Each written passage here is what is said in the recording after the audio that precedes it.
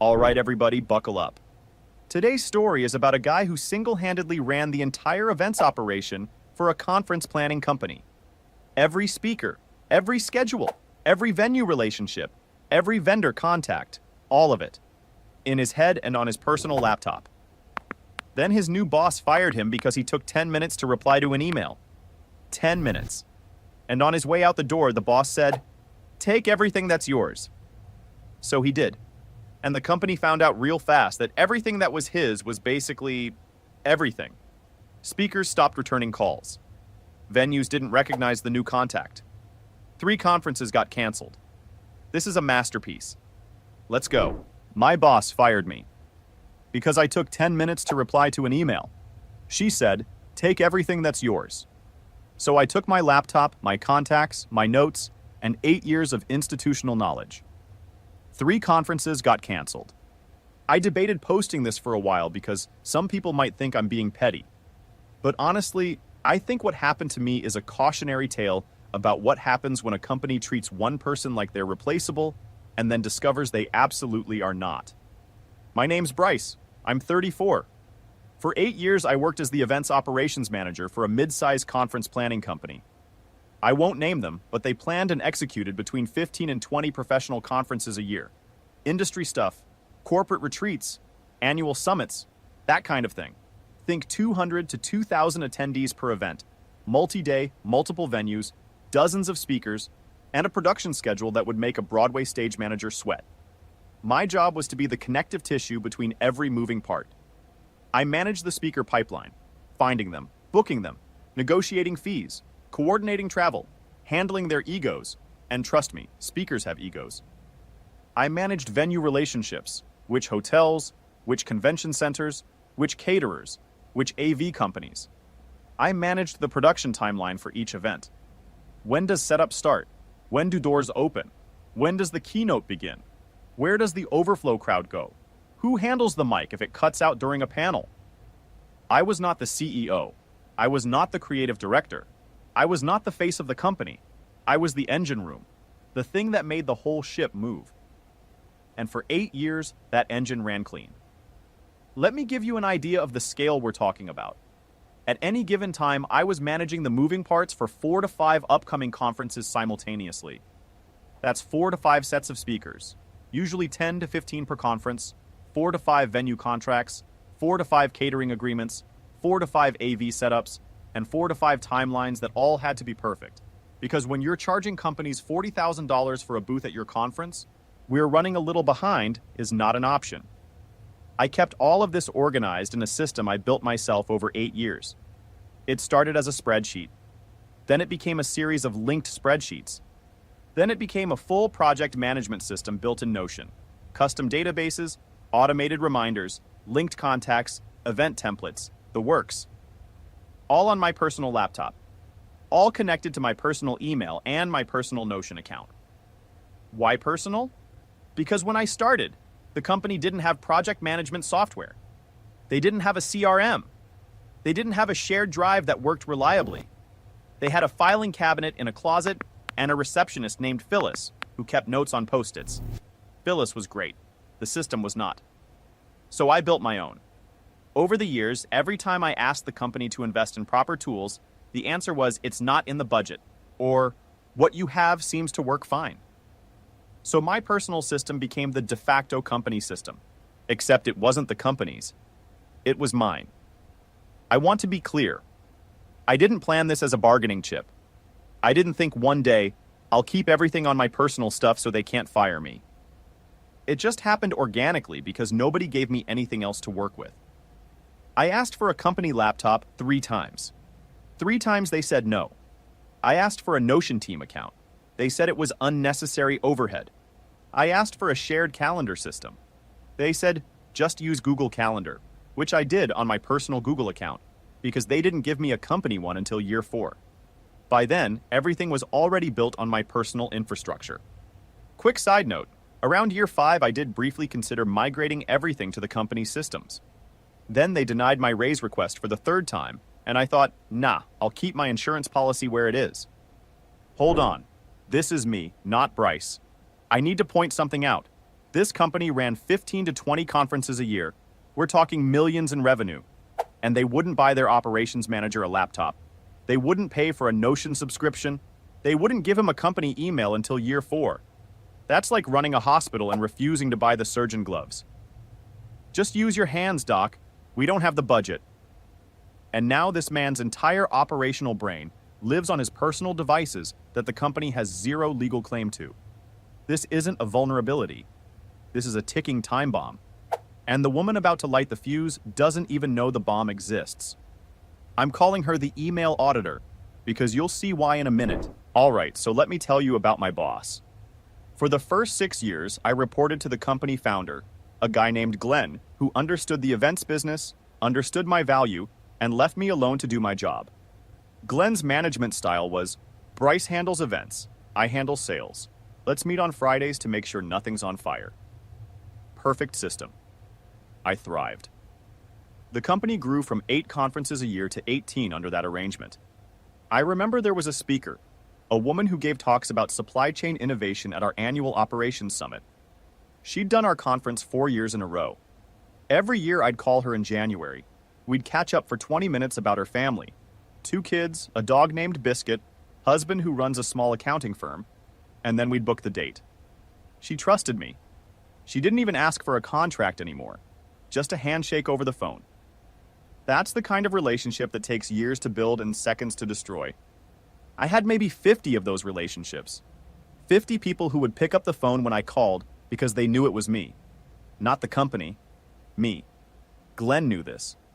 Glenn was smart about it. He once told me at a company dinner, Random Tuesday, the Italian place on 5th, Bryce, the company is the brand, but you're the reputation. Don't let anyone confuse those two. I should have had that tattooed on my forearm. Then Glenn, semi-retired. Brought in a new CEO, a woman I'll call Renee. Renee came from corporate consulting.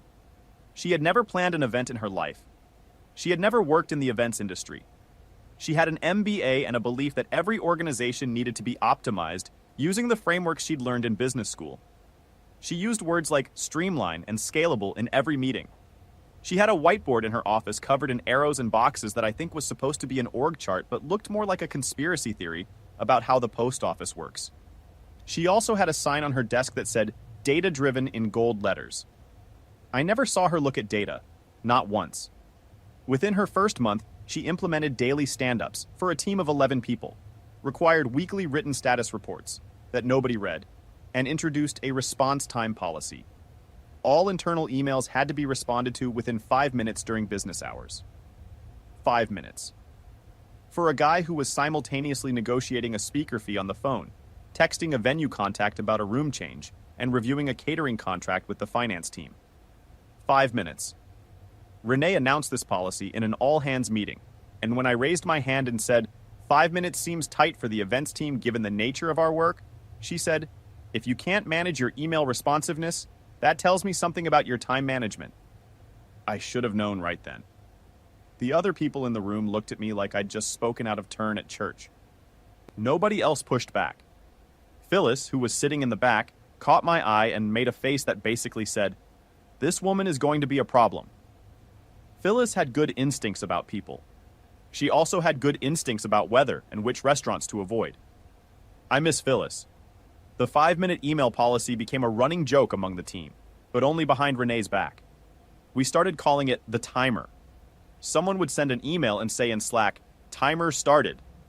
It was funny for about 2 weeks, and then it became genuinely stressful. I found myself checking email compulsively, during calls, during meetings, during bathroom breaks. My phone was always in my hand. Katie noticed. She said one night, you're looking at your email more than you look at me. She was joking, but also not. Over the next several months, Renee and I clashed. Not dramatically, more like a slow-building friction. She wanted visibility into everything I did. She wanted to be CC'd on every speaker email. She wanted to approve venue contracts that I'd been signing independently for 6 years. She wanted me to document every process in a company-accessible format, which, fair enough, is a reasonable ask. But when I asked for the tools to do it, a company laptop, a shared project management system, a budget for migration, she said, use what we have. What we had was a filing cabinet and Phyllis's Post-its. There was one specific incident that I think defined our relationship. About 4 months into Renee's tenure, we had a conference in Nashville. Big one, 1,200 attendees, 22 speakers, 3-day event. I was on site managing everything. On day 2, during the lunch break between panels, one of our speakers had a panic attack backstage. Not a minor one. The guy was hyperventilating, couldn't stand up, clearly in distress. I spent 40 minutes with him in a back hallway, helping him calm down, getting him water, and eventually arranging for one of the other speakers to extend their session to cover his slot. I handled it. The audience never knew. The schedule barely rippled. While I was doing this, Renee sent me 7 emails about the font size on the sponsor slideshow. 7. I responded to all of them after the situation was handled, about an hour later. She called me that evening and said, "Bryce, your email responsiveness today was unacceptable." I said, "I was managing a speaker crisis." She said, "That's not an excuse. Delegate the crisis. Prioritize communication." Delegate the crisis. To whom? The catering manager? The AV intern? I was the only operations person on site. There was nobody to delegate to. But Renee didn't understand that because Renee had never run an event. She'd read about running events in a case study once. That's not the same thing. After Nashville, I started keeping a file. Not for revenge, for protection. Every email, every unreasonable request, every denied resource request, every response time I was criticized for while doing actual work. Dated and organized, just in case. My buddy Pete, the lawyer, had told me years ago, "Always keep receipts. You never know when the receipts become the story." The actual breaking point came on a Wednesday. I was on a call with a keynote speaker for our biggest annual conference, a guy who charges 25 grand per appearance and was doing us a favor at 15 because I'd booked him 3 years running and we had a relationship. Mid-call, Renee sent me an email asking for an updated attendee count for a different conference. I saw the notification. I was on the phone. I finished the call. It took about 10 minutes, and then replied to her email with the numbers she asked for. 12 minutes. That's how long it took me to reply.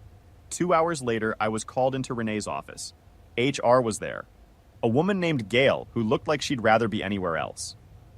Renee told me that my pattern of unresponsiveness was not aligned with the company's communication standards, and that she was terminating my employment effective immediately.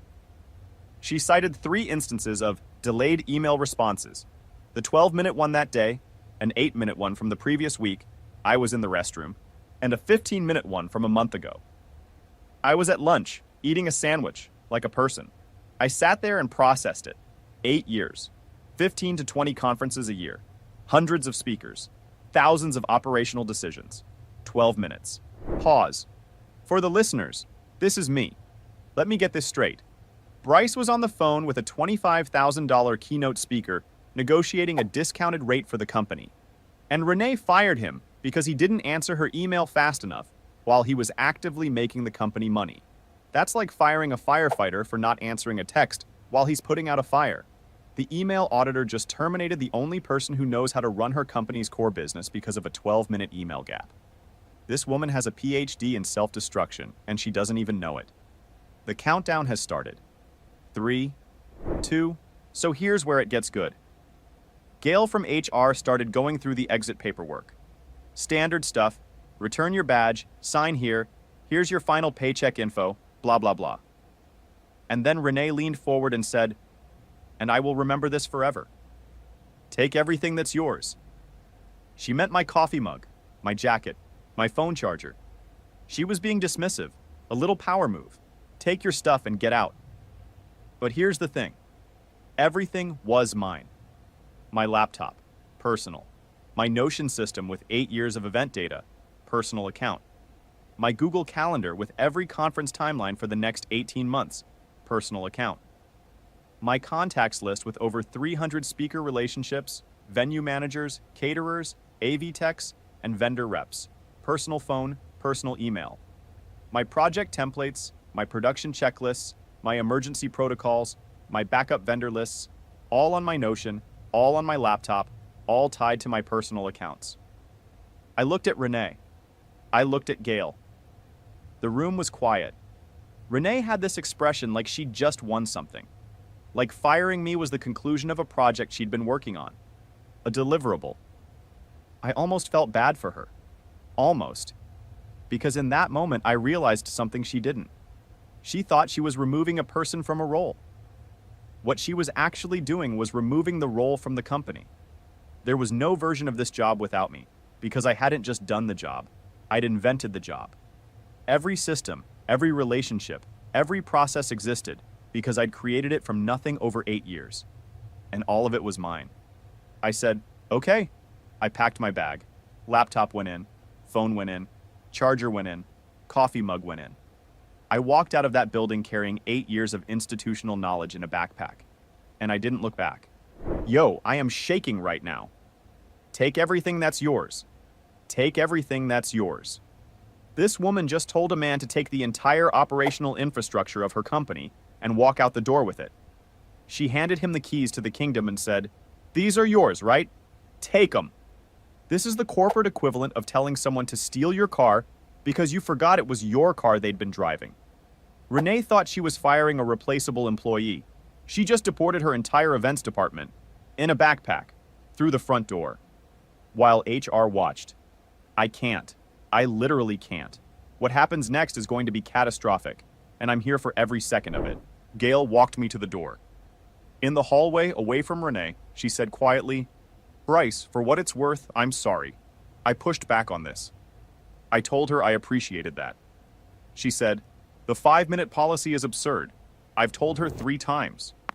I said, "Maybe she'll reply to your emails about it within 5 minutes." Gail almost smiled. Almost. I walked to my car in the parking lot. It was a Wednesday afternoon, about 2:30. The sun was out. Birds were doing bird stuff. Normal day for the rest of the world. For me, 8 years just ended in a 15-minute meeting over a 12-minute email. I went home. I made a sandwich, turkey, mustard, lettuce on that sourdough from the bakery on Market Street. I sat on my couch and ate it in silence. My wife, Katie, came home from work, and I told her what happened. She was furious on my behalf, but I was weirdly calm. I think part of me had been expecting this since Renee showed up with her 5-minute email policy. Some things are inevitable. You just have to let them arrive. I spent the next 2 days updating my resume and reaching out to contacts. The events industry is smaller than you'd think. People talk. Within 48 hours, I had 3 interview requests.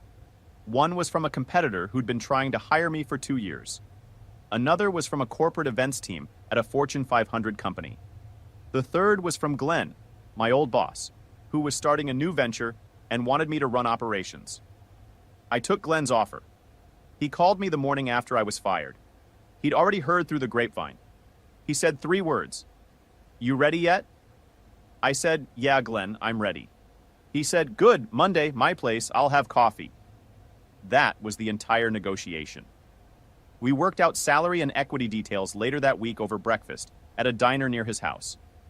He offered me 20% more than my old salary, a small equity stake in the new company, and, this is the part that almost made me emotional, full control over building the operations infrastructure from scratch. Company laptop, company software, company accounts, proper budget. He said, "Build it right this time. Build it so the company owns it." Because I never want to be in a position where one person walking out the door takes everything with them. I appreciated the honesty. He wasn't blaming me. He was acknowledging the mistake. Now let me tell you what happened at my old company. Day 1 after I left, Renee assigned my workload to 2 junior coordinators who had been at the company for a combined total of 14 months. She told them to pick up where Bryce left off. They opened the company's shared drive looking for my files. There were almost none. Remember, everything was on my personal Notion. They found a few outdated spreadsheets from 2022 and a folder of signed contracts with no context notes. That was it. Day 1 continued. Renee also discovered that the company's main phone number was listed on about 30 vendor contracts as my direct extension. When vendors called, they got a voicemail saying, "You've reached Bryce at company name." Except Bryce wasn't there anymore. The voicemail sat for 4 days before anyone changed it. During those 4 days, At least 11 vendors left messages that went unreturned. 3 of them were time-sensitive. One was a venue confirming a hold that expired, if not confirmed by Friday. It expired. Day 2. The junior coordinators tried to contact speakers for the upcoming October conference, the biggest one of the year, 3 weeks out. They didn't have direct numbers. They didn't have email addresses. They didn't know which speakers had been confirmed, which were tentative, and which had specific writer requirements. One speaker required a teleprompter, another required a specific brand of sparkling water backstage. I'm not kidding. Some of these people are very particular. They sent generic emails through the company's main inbox. Most went unanswered.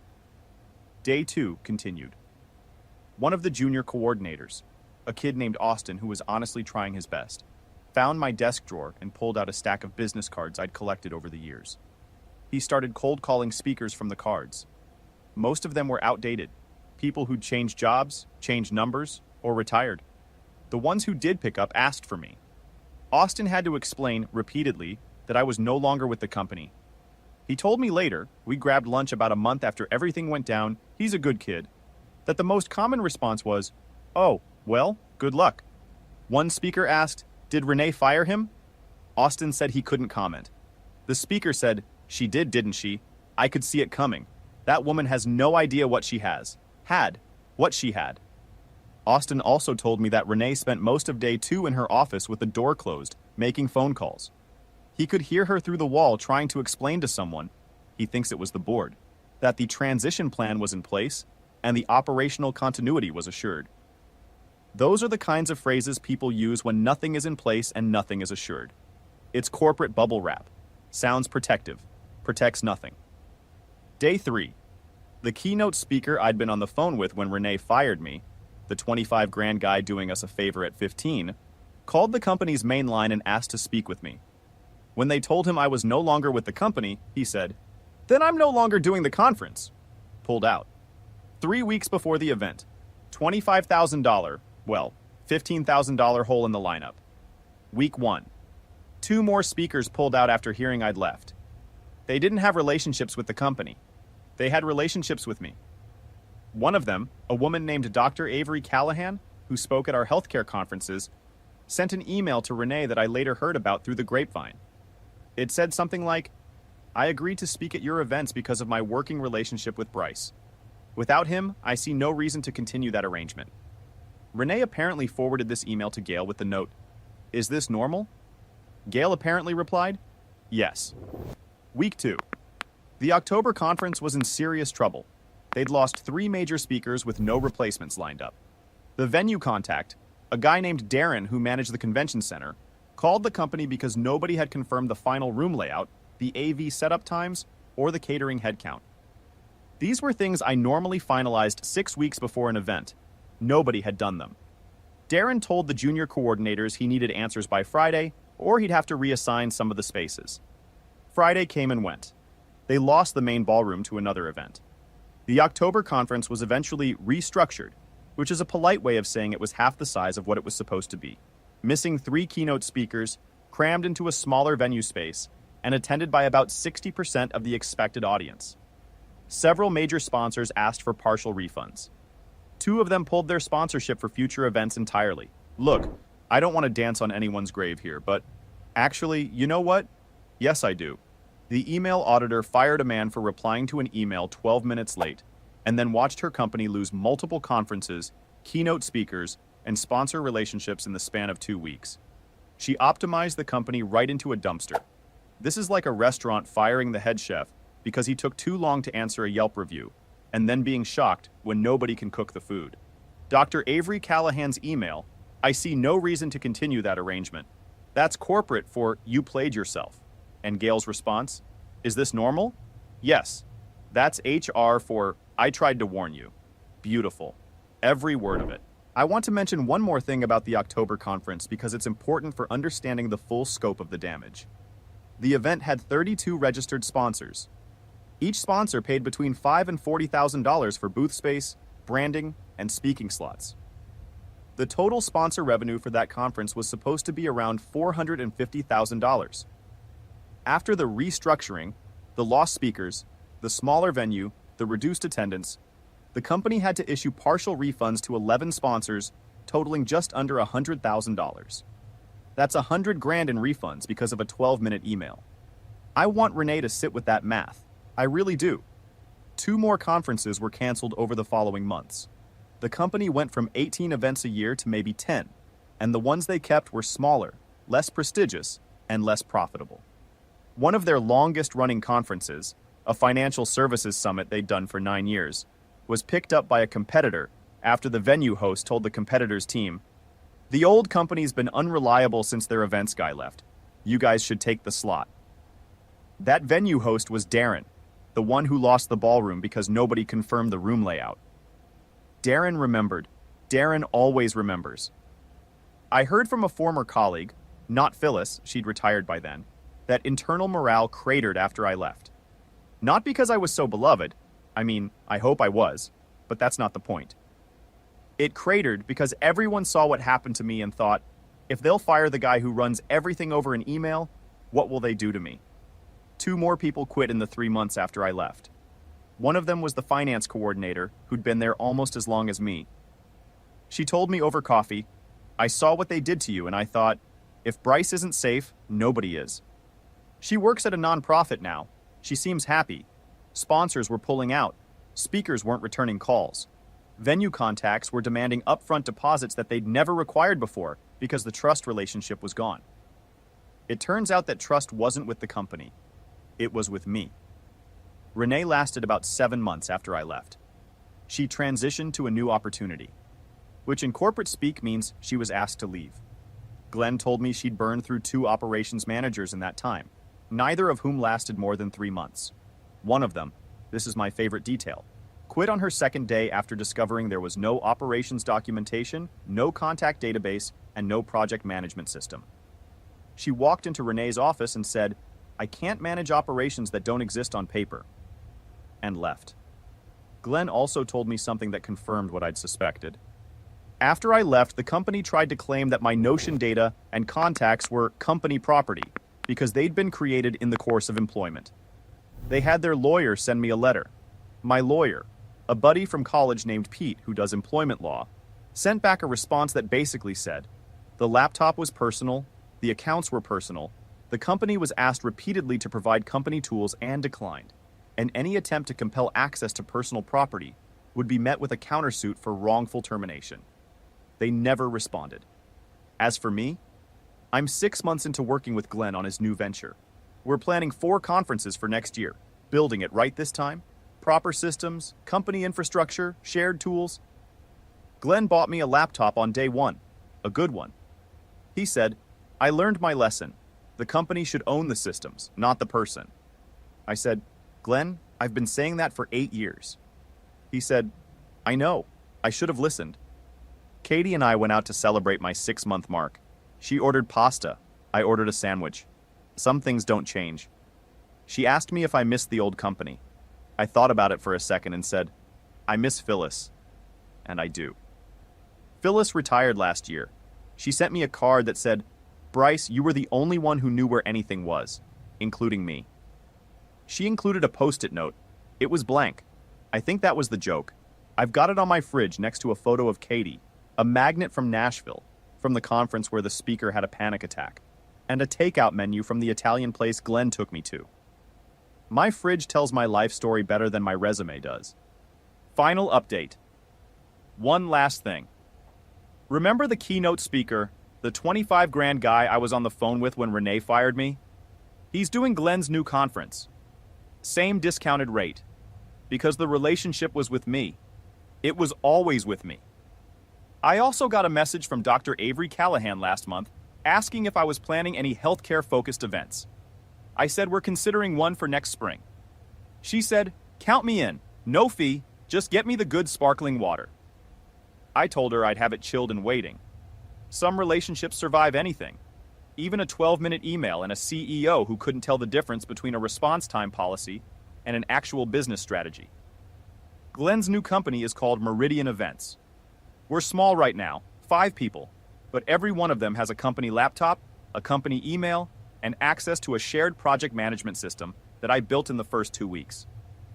If I get hit by a bus tomorrow, knock on wood, someone could open that system and know exactly where every conference stands. That's how it should work. That's how the old company should have worked. They just never wanted to pay for it.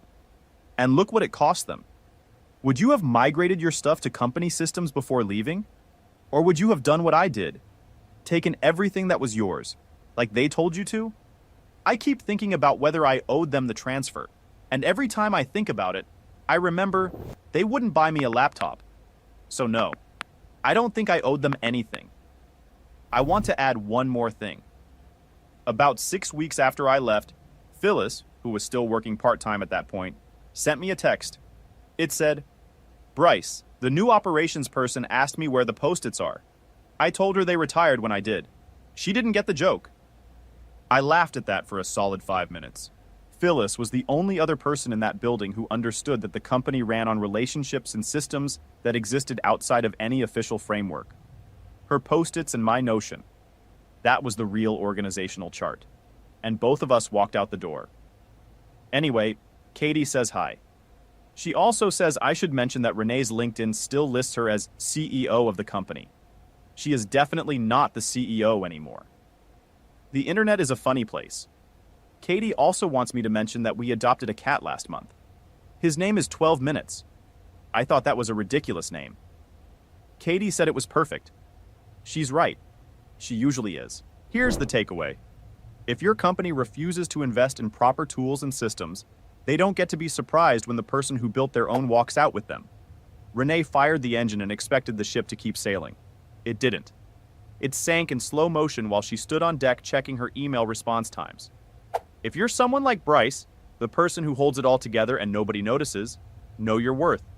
And maybe keep your Notion account personal, just in case. Drop a comment. Have you ever been the only person who knew how to do something and watched it all fall apart after you left? Subscribe, and I'll see you in the next one.